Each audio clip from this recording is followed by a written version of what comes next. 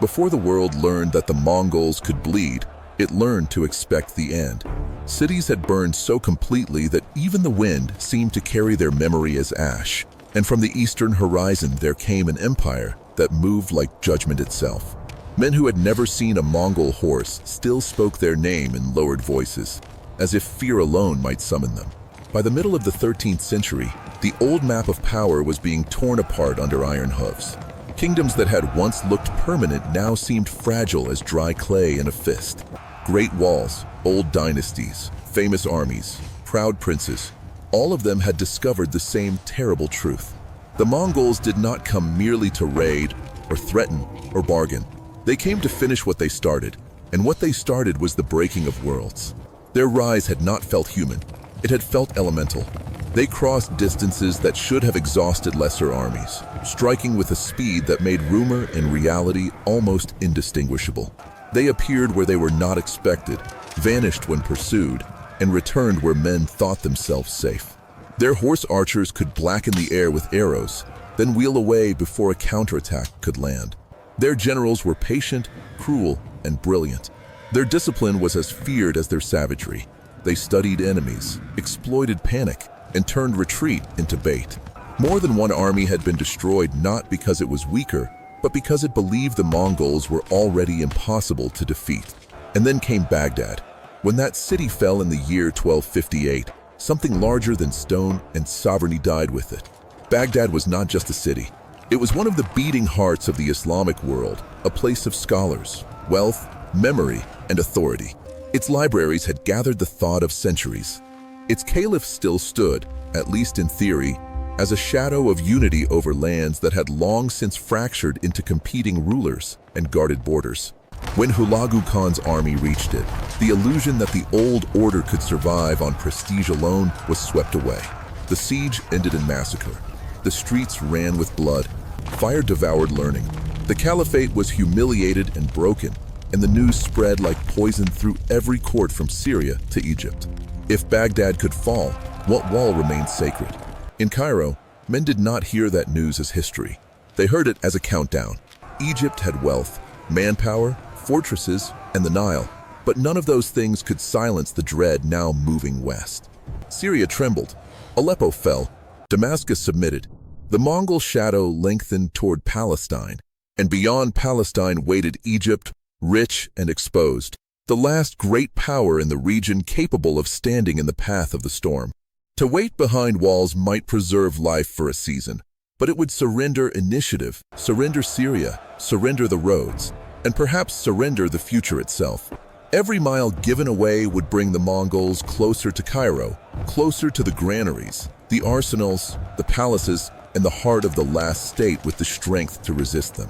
This was the moment in which Sultan Qutuz rose not as a symbol of calm, but as a man forged for crisis. He had known violence before he ever wore a crown. He had been sold into slavery, trained in war, and shaped in the brutal world of the Mamluks, those military slaves who became the steel spine of Egypt. There was a harsh irony at the center of their power. Men who had been bought became the guardians of kingdoms. Torn from distant lands, drilled into absolute discipline, they were remade into cavalry of terrifying skill, bound not by noble birth, but by training, ambition, patronage, and the brutal fraternity of survival. They were outsiders who became the shield of Islam. Qutuz ruled in a time when rule itself was unstable. The Mamluk state was young, violent, and full of rivals. Thrones were not inherited so much as seized and defended. Loyalty had edges. Friendship could turn to conspiracy in a single night. But in the face of the Mongol advance, Qutuz understood what hesitation would cost. He had no luxury of doubt. He called the emirs to war. He demanded money. He prepared an army. And when Mongol envoys arrived bearing their message of intimidation, promising ruin if Egypt refused to submit, Qutuz answered with an act as deliberate as it was dangerous. He had the envoys executed and their heads displayed. It was not only defiance, it was commitment.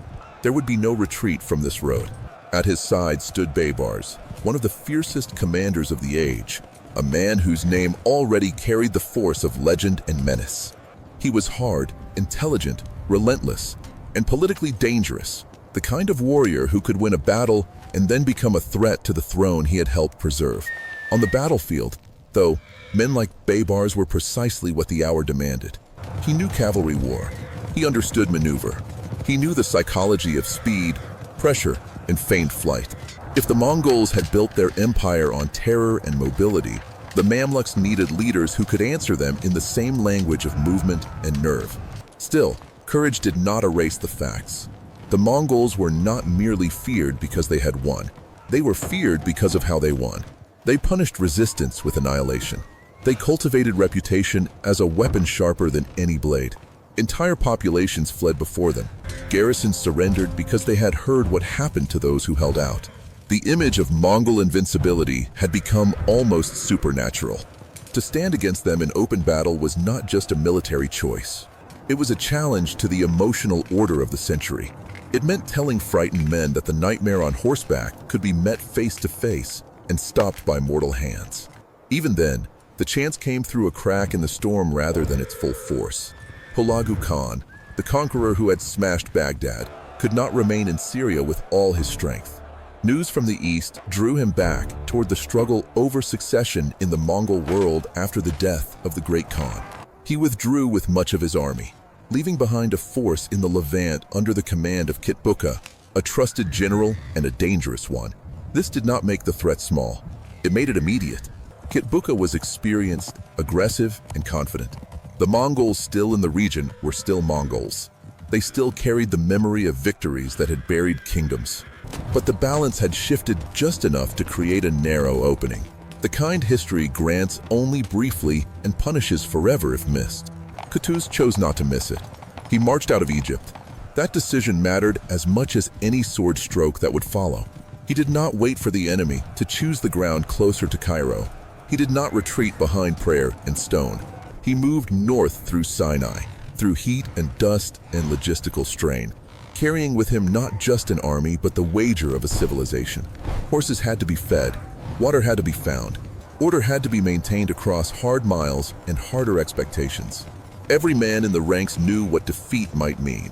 Not a lost frontier, not one more sack among many, something larger, a collapse that could open Egypt itself to the same terror that had swallowed the East. The road north was not only a military march, it was a movement through dread. Behind the army came the memory of Baghdad. Before it stood the reputation of the Mongols. Around it churned politics, ambition, suspicion, and faith. The Mamluk host was formidable, but it was not marching in innocence. Its leaders were proud, ruthless men with their own calculations. Baibars was no servant without desire. Qutuz was no gentle ruler carried by affection. These were hard men going to meet harder men, and in that harshness lay part of their strength. To face an enemy like the Mongols required commanders who could look into catastrophe without blinking. They entered Palestine and moved toward a plain whose name would become immortal. Jalut, the spring of Goliath, a place of rough ground, broken contours, and hidden possibilities where ridges and folds in the land could shelter movement and conceal intent. This was no empty open field built for the easy arrogance of pure mounted dominance. Here, terrain could matter, timing could matter, discipline could matter. If the Mamluks were to survive, they could not simply absorb the Mongol assault. They had to shape it, draw it, fracture it, and then strike with precision when confidence turned into exposure. Baibars, by many accounts, pushed forward as the aggressive edge of the army, harassing, provoking, testing. The Mamluks understood that victory would not come by passively enduring the blow of Mongol cavalry. The enemy had to be lured into the kind of battle it expected to control, then punished at the moment of belief. It was a plan balanced on nerve. To imitate Mongol methods against the Mongols themselves meant risking chaos. A feigned retreat could become a real one. A trap could collapse if even one part of the line broke too early. Against ordinary armies, there might have been room for error. Against Kitbuka, there would be almost none. And so the two forces moved toward one another beneath the weight of history. One carried the terror of a generation, the empire that had made kings feel temporary and cities feel naked. The other carried the last refusal, an army of slave warriors led by men who knew that survival without resistance was only a slower death. Dust rose under hooves. Banners shifted in the hot wind. Armor scraped, horses snorted, prayers were whispered, orders were passed. Somewhere in that tightening silence, the age of Mongol certainty approached the moment when it would finally be tested in blood. When the battle finally began, it did not feel like the opening of a contest.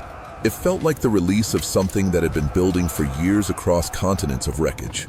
The Mongols came as they always came, fast, disciplined, and lethal, their arrows cutting forward in waves, their horses driving hard across the ground with the confidence of men who had seen too many enemies collapse before the real killing even started. Kitbuka did not ride into Jalut expecting to witness the breaking of a legend. He rode into it expecting one more victory. Baibars met that confidence with violence and calculation. He struck first, hard enough to provoke, hard enough to sting, but not hard enough to become fixed. His mounted men attacked, withdrew, and bent under pressure, drawing the Mongol force forward into the shape the Mamluks wanted. It was the most dangerous kind of discipline because it required men to retreat without surrendering their nerve. Dust climbed into the air in choking sheets. Arrows hissed past faces and into flesh. Horses screamed. Steel flashed and vanished in the blur. What looked to the Mongols like the beginning of another familiar unraveling may already have been the first moment of their misjudgment. The plain tightened around them. The ridges, the broken folds of earth, the hidden lines of the field began to matter. Kitbuka pressed on, aggressive and relentless, convinced that pressure would finish what pressure had always finished before.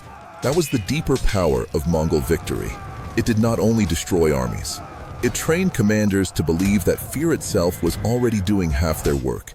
But the Mamluks had not come to Jalut to tremble in the old script. They had come to shatter it. The clash grew savage. Mounted archers rode through clouds of dust thick enough to turn men into shapes and shadows. Lances struck. Swords rose and fell. Men were dragged from saddles and trampled into the soil.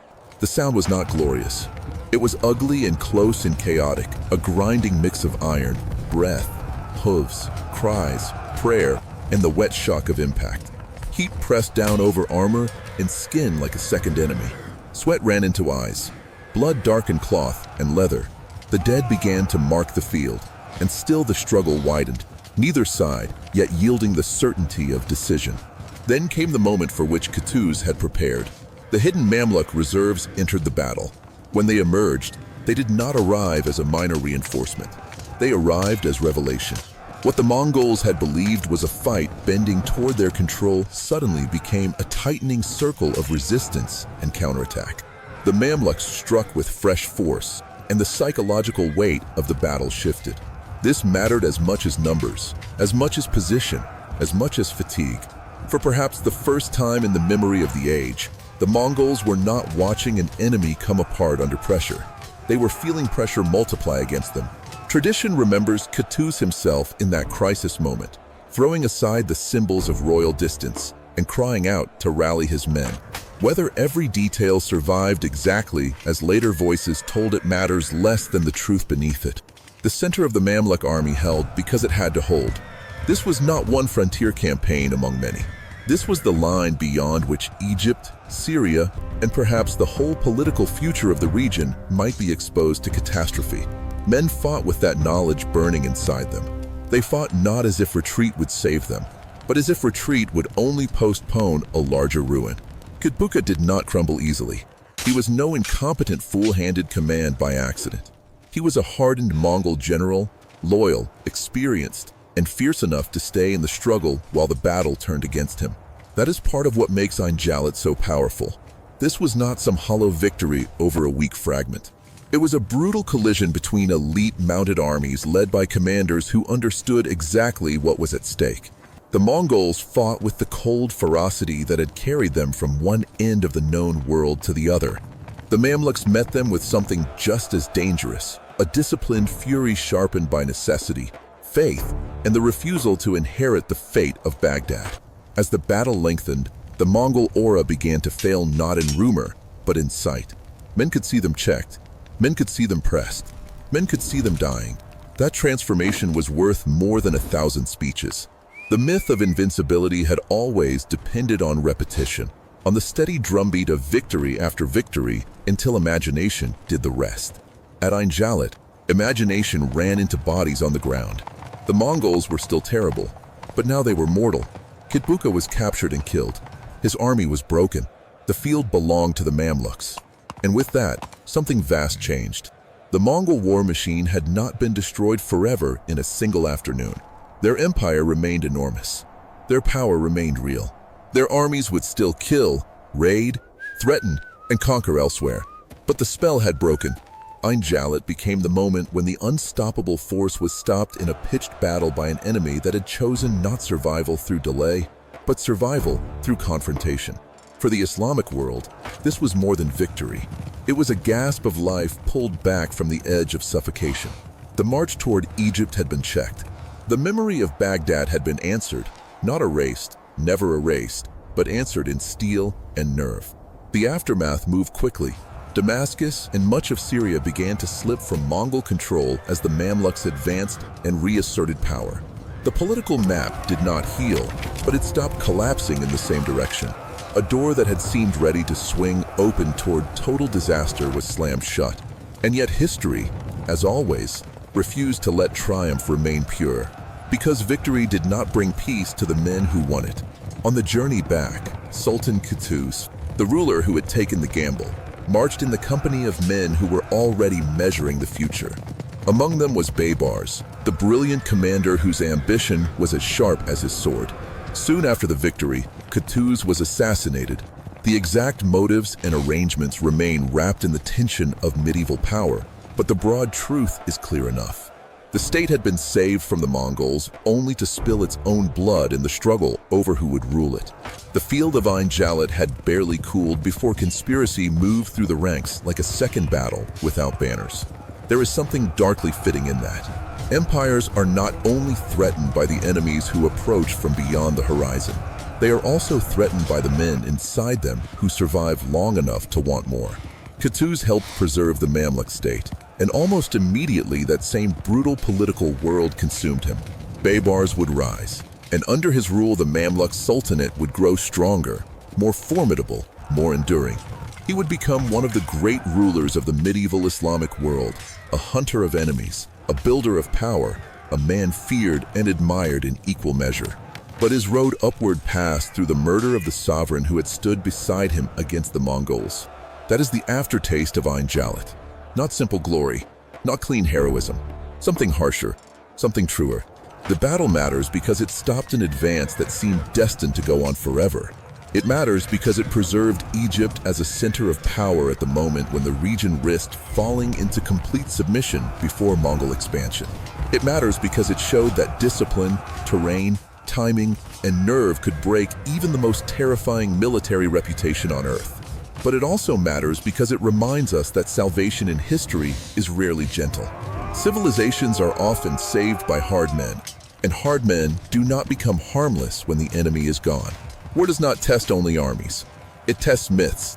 It tests memory. It tests whether power is truly eternal or only looks eternal until the right day, the right field, the right commander, and the right act of refusal collide. At Ain Jalut, the Mongols were not merely defeated. They were returned to the human condition. Their horses still bled. Their warriors still died.